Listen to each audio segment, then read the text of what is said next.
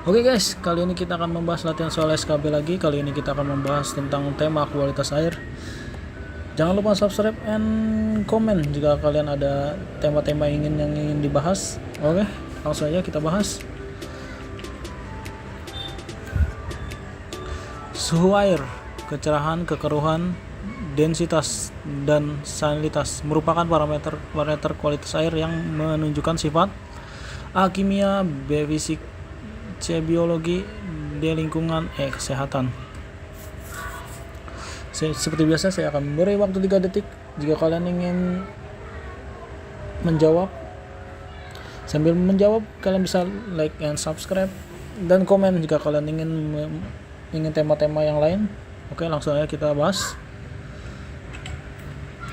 Beberapa parameter fisika yang digunakan untuk menentukan kualitas air meliputi suhu, kekeruhan, warna, daya hantar listrik (DHL), jumlah zat padat terlarut atau TDS, rasa dan bau menurut Effendi. Jadi dapat disimpulkan bahwa parameter fisika yaitu adalah meliputi suhu, kekeruhan, warna, DHL, lalu TDS, rasa dan bau. Kita lihat di sini suhu air, kekeruhan, densitas dan salinitas jadi masuk ke parameter fisika dengan fisik ya. Jawabannya yang B. Oke, lanjut. Ini masih dasar teman-teman, ini masih gampang. Oke. Melakukan budidaya perairan disarankan bahwa kedalaman air tidak boleh lebih dari 2 meter. Hal ini dapat terjadi A. Menghindari stratifikasi suhu, B. Menghindari pemborosan air, C. Menghindari biaya, D. Menghindari penyakit, E. Semua benar. Oke, langsung kita bahas. Antara siang dan malam tidak lebih dari 5 derajat. Pada perairan yang tenang yang mempunyai kedalaman air minimal 1,5 meter biasanya akan terjadi pelapisan stratifikasi suhu. Pelapisan ini terjadi karena suhu permukaan air lebih tinggi dibanding dengan suhu air di bagian bawahnya.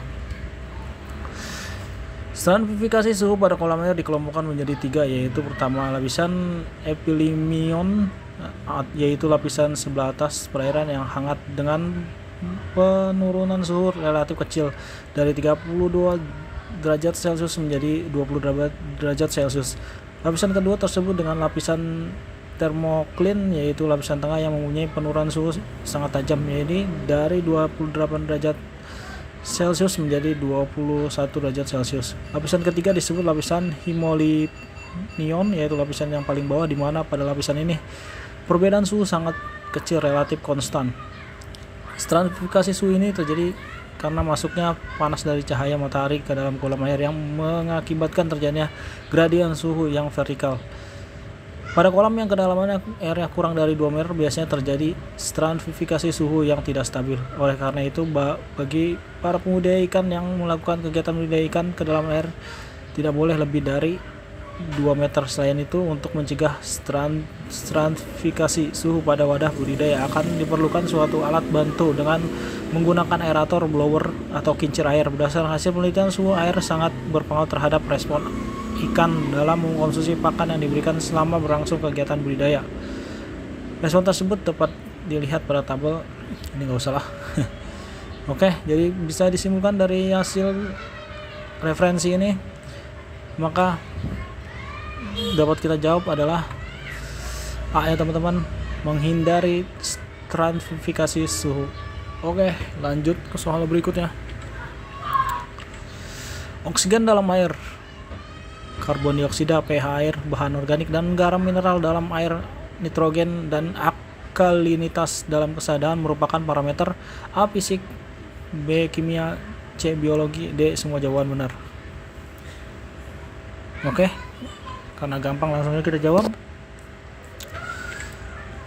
Parameter kimia mencakup pemeriksaan pH, fluorin, kesadaran, klorida, klorium, valensi, mangat, nitrat, nitrit, seng, cyanida, sulfat, tembaga, aluminium. Jadi jawabannya adalah yang B ya teman-teman, parameter kimia. Oke.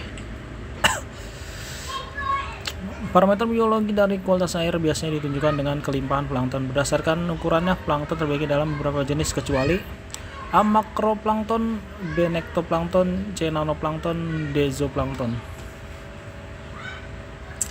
Oke, langsung aja kita bahas. Berdasarkan ukuran plankton terdapat dua golongan, yaitu net plankton dan non net plankton.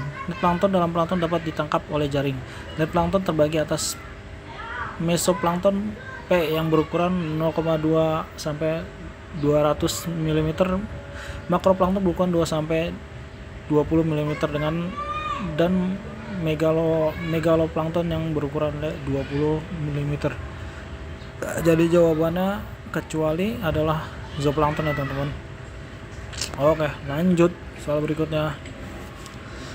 Parameter biologi yang bisa digunakan sebagai indikasi suatu kualitas air adalah A. Plankton dan nekton, B. Plankton dan bentos, C. Nekton dan plankton, D. Bentos dan nekton. Oke, langsung aja kita bahas. Parameter biologi diamati dengan penelitian dari bakteri Colium dan Fecal coli, plankton, dan makrobentos. Selain bakteri Coliform, keanekaragaman plankton dan bentos juga dapat digunakan sebagai indikator kualitas air. Jadi jawabannya adalah yang B ya teman-teman. Oke, lanjut ke soal berikutnya. Mikroorganisme yang merugikan disebut A. Transvesin, B. Patogenik, C. Aerob, D. Indigenous. Oke, lanjut ya. Kita cepet aja karena udah mau maghrib. Ada jenis-jenis bakteri baik yang dapat menunjang fungsi tubuh kita dan jenis-jenis bakteri yang merugikan manusia. Bakteri yang membawa pengaruh buruk disebut sebagai bakteri patogen. Jadi jawabannya yang B ya teman-teman, bakteri patogenetik. Oke, lanjut ke soal berikutnya. Bakteri yang merugikan ikan adalah A. Lactobacillus, B. Carnobacterium, C. Bacillus, D. Pseudomonas aguiliseptica. Oke, langsung aja. Bakteri yang merugikan ikan tawar antara lain Aeromonas hydropilia, Salmonidika, Pheromonas aguiliseptica, Streptococcus agalactica, Esne, Vibrio sp, Edwardsilla tarda, Eika turli, Mycobacterium sp, Yersida sp, dan Acinetobacter sp. Jadi jawabannya yang D teman-teman, yang E ya, Pseudomonas aguiliseptica. Oke, itu aja yang bisa kita bahas. Jangan lupa like, subscribe, dan komen agar saya makin semangat untuk membuat video ini. Dan see you again, sampai jumpa di video selanjutnya. Oke, bye bye.